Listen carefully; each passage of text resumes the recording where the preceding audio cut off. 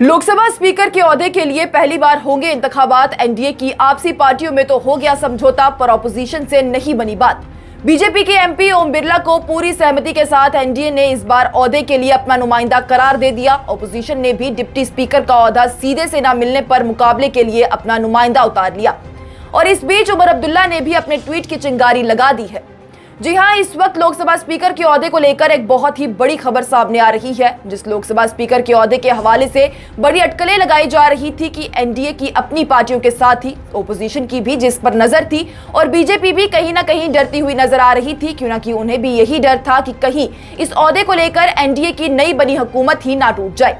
इसी ओहदे पर अब एनडीए में सहमति दिखती हुई नजर आ रही है। आज सुबह से ही यह खबरें आ रही थी कि एनडीए इस ओहदे के लिए ओम बिरला का नाम सामने लाएगी। और जैसे ही कुछ दिन पहले न्यूज इनसाइडर की तरफ से बनाई गई तफसीलन रिपोर्ट में भी ये कहा गया था कि जरा ये बता रहे हैं कि इस बार भी ये ओहदा ओम बिरला को ही दिया जाएगा, और वैसा ही हुआ भी। आज बीजेपी की क़यादत वाली एनडीए ने लोकसभा स्पीकर के ओहदे के लिए सहमति के साथ अपने एमपी ओम बिरला का नाम सामने लाया है, और उनकी तरफ से नॉमिनेशन भी भर दिया गया है। हुकूमत की तरफ से वजीर दिफा राजनाथ सिंह और पार्लियामेंट्री अफेयर्स के वजीर किरण रिजिजू को ये जिम्मेदारी दी गई थी कि वो ओम बिरला के नाम पर सभी से सहमति ले लें, पर ऑपोजिशन ब्लॉक इसी बीच बड़ा मुकाबला बन रहा है। जैसे कि हमने आपको पहले भी बताया था कि इंडिया ब्लॉक की तरफ से डिप्टी स्पीकर के ओहदे की मांग की गई थी। कहा गया था कि उन्हें डिप्टी स्पीकर का ओहदा दे दिया जाए तो वो लोकसभा के स्पीकर के लिए सहमति दे देंगे। पर जराये के मुताबिक इंडिया ब्लॉक अपने 8 बार के एमपी रह चुके के सुरेश को डिप्टी स्पीकर बनाना चाहती है, और हुकूमत ऐसे करने को राजी नहीं है।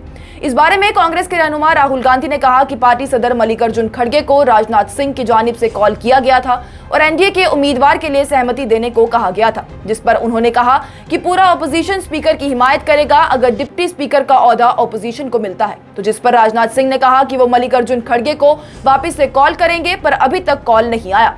और इस बीच एक और बड़ी खबर सामने आ रही है कि ऑपोजिशन की तरफ से अपना नुमाइंदा भी मुकाबले के लिए उतार लिया गया है। जी हां, कांग्रेस एमपी के सुरेश ने लोकसभा स्पीकर के ओहदे के लिए अपना नॉमिनेशन भर दिया है, और वो ओम बिरला के मुकाबले में मैदान में आए हैं।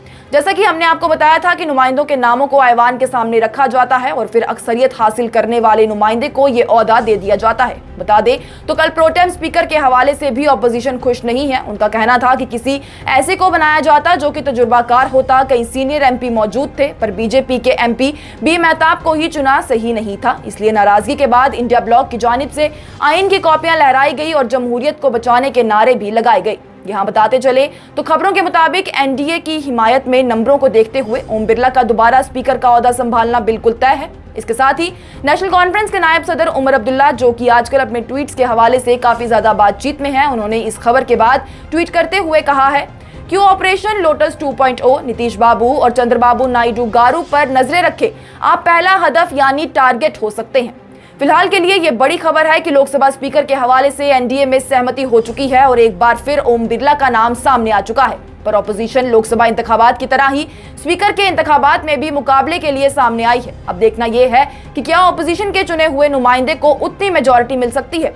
ओम बिरला के स्पीकर बन जाने के बाद उमर अब्दुल्ला का ट्वीट के जरिए दिया हुआ इशारा क्या दिखाता है, ये तो वक्त ही बताएगा। आप मुझे दे इजाजत, देखते रहिए न्यूज इनसाइडर 24/7।